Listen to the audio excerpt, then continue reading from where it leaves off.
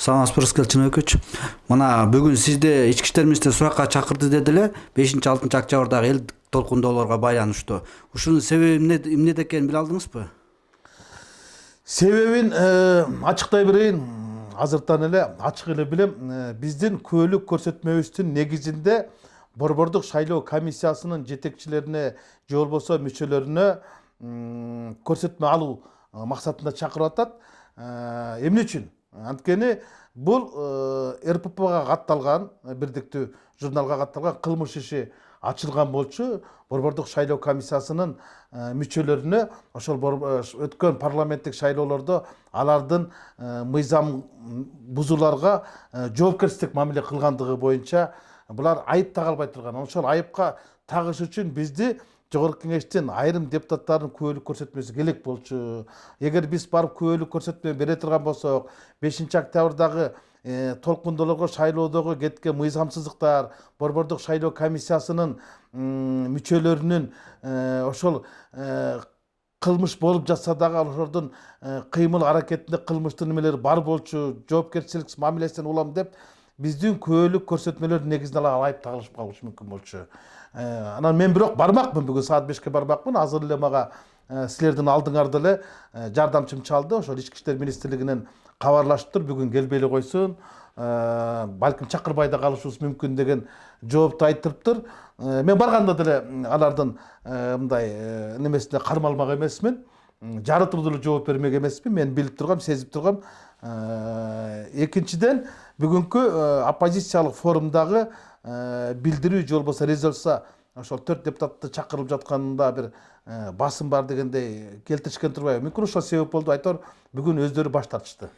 Эмне себептен ушу сиздер азыркы кабылгана турган баш мыйзамга каршы чыккан 4 депутатты гана күбө катар суракка чакырып атат? Анткени себеби буга чейин толкундоолордо бир катар саясатчылар, бир катар депутаттар жүрүштү. Кээ бири азыркы учурда кызматта министр болуп отурушат. Эмне себептен мыйзамга каршы болгон, баш мыйзамга каршы болгон сиздерди чакырып атат күбө катары? Ушунун өзүндө мен буга чейин бир топ массалык маалымат каражатында айттым. Эмне үчүн ушу 4 депутат чакырып атат күбө катары? Күбө катары чакыра турган болсо өкмөттүн өзүнүн кишилери бар.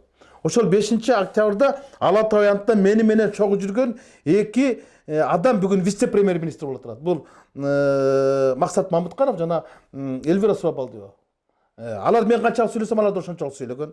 Үчөө министр болуп турат. Бул Тилек Токтогазиев, Рустам Казакбаев, Сыймык Жапыкеев, Тургай УКМКнын башчысы Камчок Ташиев деп болуп турганда, Чүйдүн губернатору деп болгондо, Маданият министри деп болгондо, бардыгы өкмөттүн өзүндө отурушат. Анан өкмөттүн өкүлдөрү өздөрүнөн эле күбө катары алып алдырып албай, жок, именно ушул баш мыйзамга каршы чыккан 4 депутатты чакырып жатканына караганда бир мандем бар да. Биздин колубуз менен же болбосо биздин көрсөтмөнүн негизинде ушу БШКны ооздуктайын деген аракеттер бар болчу. Анан бунун эч кандай саясатка байланышы жок деп атпайбы? Саясатка байланышы жок болсо, ошол күнү жүргөн адамдардан бизден башка 4-өстөн башка толгонтокко жүргөндө алардын эмне чакырган жок. Башка деле жарандык коомдор жүргөндө, башка деле маселен ошо жана Мекеним Кыргызстан партиясынын башчысы жүргөн, Мелис Турганбаев деле жүргөн, Курсан Асанов деле жүргөн, канча деген генерал, канча деген саясатчы ошол деген чыгып сүйлөдүлөр. Ошолордун алабыз да. Эмне үчүн? Именно ошо тандап чакырып атканын өзүндө бир чоң сыр бар болчу да. Мен түздөн түз айта алам, бунун албетте саясий боектору бар деп. Анан ушул азыркы учурда жаңы кабылданат деген конституция коомдук талкууга коюлду. Анан бул коомчулук тарабынан аябай терс көз караш, сын пикир жаратты. Анан ушул коомдук талкууга коюлар менен эле кайра президент милдетин аткаруучу Танат Мамытов тарабынан конституциялык кеңешме түзүлүп атат да. Ушу эки ажырым пайда болуп атат. Ушундай башаламандыктын себептерин түшүндүрүп бере аласызбы? Азыркы Кыргызстандагы актуалдуу маселеге айткан баш мыйзам бул чынын айтканда баш мыйзамга каршы баш мыйзам болчу. Бул баш мыйзамдын түп нускасын коюп атпайбы? Бизде акыркы конституция боюнча, баш мыйзам боюнча анда жазылып калган, мындан кийин баш мыйзамды кабыл алуу жолдору жок. Болгону баш мыйзамга өзгөртүү гана киргизе алат. Депутат болобу, коомдук конституциялык кеңеш болобу, кандай болсун, баш мыйзамга өзүн өзгөртпөйт, баш мыйзамдын ичиндеги баптарын беренелерин өзгөртүү жөнүндө каралып калган. Анан жана 80 депутат кол койгон баш аламан, баш аягы жок, башчысы жок, автору жок баш мыйзам ачыгын айтыш керек болчу. Бул аппарат президент даярдаган эле баш мыйзам болчу. Аны канчалык депутаттарга шылтап алсын, автор издеп эле койсун. Автору ошол ак үйдүн 7-нчи этажында отурган эле адамдар. Бардыгы силер билесиз. Анан айтып атпайбы бунун каршы чыккандарды мен атын атайын депчи. Керек болсо жазгандарды мен атай алам. Кимдер жазган атай алам. Анан кийин чынын айтканда эмне үчүн бүгүн ошол баш мыйзамдан кайта баш тартышып, бүгүн кайта президенттин милдетин аткаруучу жаңы конституциялык кеңешме түздү. Анткени батыштан коркуп кетти. Венецианский комиссия азыркы жогорку кеңештин депутаттары баш мыйзамды кабыл алганга булардын ыйгар укуктары жок деп кече чыгарбадыбы? Венецианский комиссия. А Венецианский комиссия дегенге ким кайрылды? Анткени конституциялык орган, конституциялык палата кайрылды. Кыргызстандын конституциялык палатасы ошол Европанын конституциялык палатасына кайрылып, корутунду булгандан кийин анан булар коркуп кетишип, биз жиндүү болгон турбайбызбы? Биз биринчи мындай кылып алган турбайбызбы деп туруп эми кайта мыйзамдуу жолуна келип атат да конституциялык кеңешме. Бирок бүгүнкү түзүлгөн конституциялык кеңешме дагы иттин өлүгү ушул жерде. Булар деле кечеги жана 80 депутат койгон баш мыйзамды чампалап кайтып келишет. Неге дебейсиңби? Ошол 80 депутаттын 17си бүгүн конституциялык кеңешмеге кириптир. А эмне үчүн алардын арасында мисалы ошол баш мыйзамга каршы чыккан 4 спикер жок?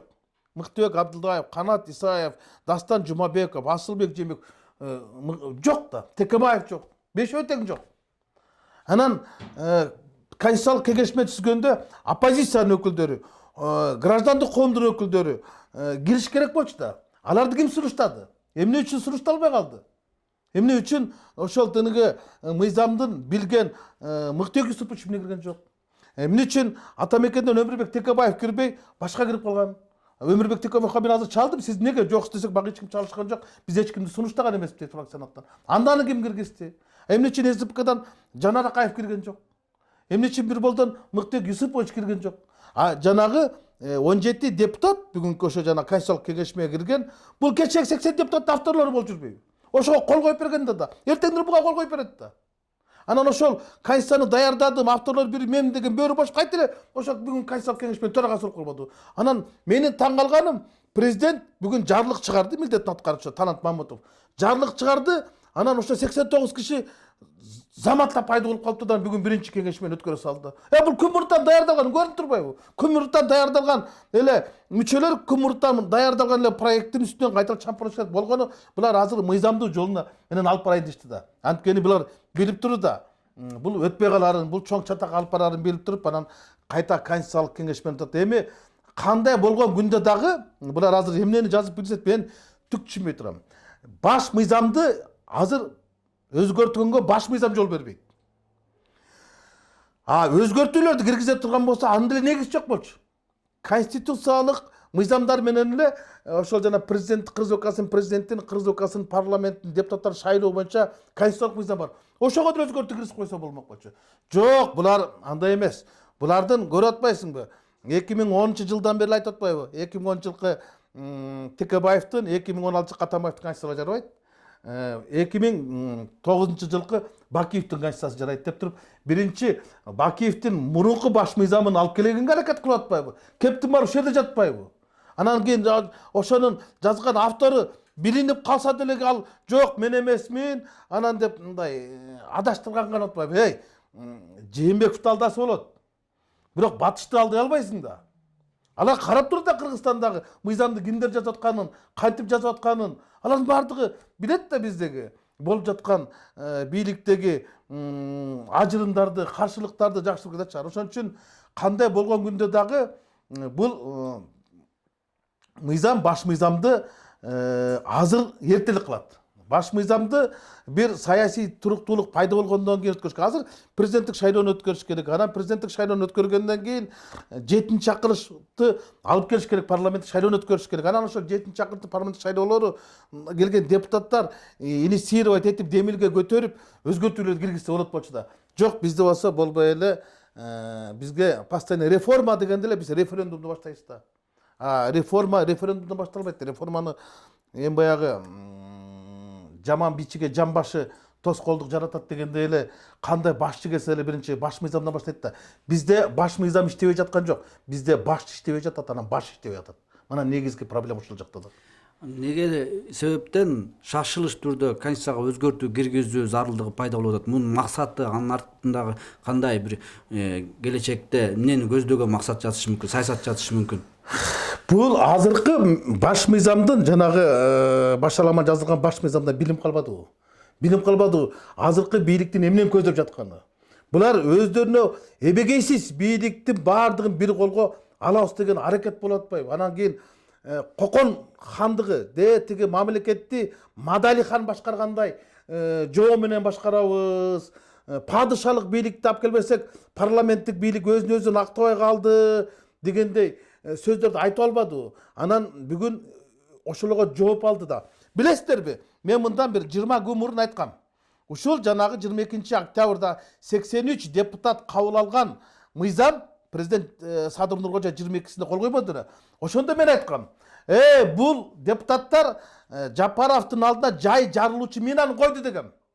Ошондо мен бүттүгө асылып, каралап, көрө албай жатат, Садыр Жапаровго бут тосуп атат деген. Мына бут тоскоду ушулар. Мына Садырга саботаж кылган 83 депутат болчу ошол. Мына булардын эми жана 80 депутат жазды. Булар эми чакыртып алыш керек да. Анын жарымысы кол көргөн эмес да, көргөндө эмес да, кол койгон эле да. Эми ит кылышты да. Эки ортодо Жапаровду жаманатты кылышты. Мен ошондо жай жарылат турган мина дегем да. Жарылды. Ким жарды? Венецианский комиссиянын корутундусу жарды. Мына 11-12 декабрда алар Кыргызстандын Конституциялык палатасынын болгон корутундуну алып чыгышат. Азыркы 6-чакырыштын депутаттары, силер мыйгар мукуңардан чыгып кеттиңер. Силердин мөөнөтүңөр, дөөлөтүңөр узарган, бирок силердин мындай конституциялык реформага жүргүзө турган немеңер жок деген тыянак чыгарды. Аны биздер айтканбыз да. Бул болбойт деп. Биз жанагы мыйзамдарды, бюджеттерди бекитип берек, ратификацияларды өткөрүп берек, ошол болчу. Конституциялык реформага жасаганга конституциялык биздин укугубузда жок болчу да. Мына ушул жерде чоң ката кеткенде эми бул чындан эле Венециялык комиссия туура кыл деп туруп, эми конституциялык кеңешме түзүп атпайбы? Биз деген арабаны атка кошуп атпайбызбы? Ушуну баары билип турганда, мына азыркы тиги кеше Каныбек Капашев дагы Өмүрбек Текебаевди туура эле айткан. Азыркы жанагы Атамбаевди саткан, Жээнбековди саткан кошоматчылар Садыр Жапаровду сатат. Сатканда да ушундай сатат, автоматты тездик менен сатат. Тигилерди кандай кылып сатса, дал ошондой кылып сатат. Мен билбейм, эмнеге ушуларга ишенип, ушулардын акылына таянып атканын мен так түшүнгүм келбейт да. Мына булар бүгүн ок койтуп кол коюп бердиби? Эртең ок койтуп кол коюп берет. Эртең Садыр Жапаровдун кол тийбестигин алабыз, булар дагы кол коюп берет. Анан ушундай мөөнөтү жок, дөөлөтү жок парламентке канчалык ишеништин кажети бар эле? Эми ушул 80 депутаттын мен көп депутаттар менен сүйлөштүм. Сен кол койдуңбу десең, мен кол койгон эмес дейт. Мен кетип калгам дейт. Мен бир топ депутаттар менен сүйлөштүм. Эми аттарын атап эле коеюн, алардын баары айтат, биз кол койгон эмес, биз баягы жумушчу топко кирүү боюнча бир кол коюп бергенбиз, бирок конституцияны көргөн эмеспиз деп атпайбы? Анан авторлор ачык бетин чыга албай атпайбы? Анан өздөрү жүзүн ача албай атса элге кантип чыгат?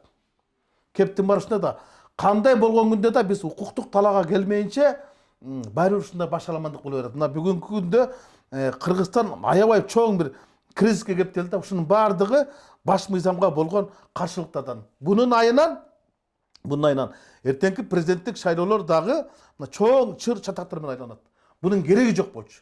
Буну ким жасаса дагы азыркы баш мыйзамды өзгөртөбүз, референдум өткөрөбүз, анан кийин шайлоолорду өткөрөбүз дегендин баардыгы Кыргызга кыянаттык кылгандар. Кыргыздын эртеңки келечегине, тарыхына балта чаап тургандар. Баш мыйзамды балталайбыз дегендер, Кыргызстандын эртеңки келечегин талкалайбыз дегендер. Баш мыйзамды өзгөртөбүз дегендер, падышалык бийликке өзгөртөбүз деген адамдар.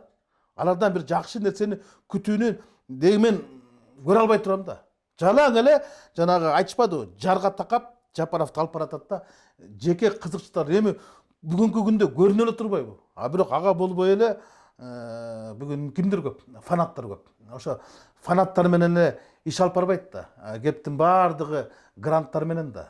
Биздин бюджетти бүгүн айтып кетпедиби? Бюджет биз канчалык батыштан анан кийин башка мамлекеттерден көз карандыбыз. Эзели кыргыздар кошуналардан жардам сураган эмес да. Биз бүгүн кошуна казактардан кайыр сурап калбадыкпы? Өзбектерден дары-дармек сурап калбадыкпы? Билесиздерби, мында бир 6-7 жыл мунун казактар бизге 100 миллион доллар грант бергенде ошону намыс көрүп албай койгон ошол кездеги биздин өкмөт. Албайбыз биз. Ачка калсак дагы ошо кошто казактардан акча албайбыз деп намыс көрүшкөн. Биз бүгүн сурап атпайбы, берчи деп. Мына эмнеге алып келдик мамлекетти. Чоң рахмат.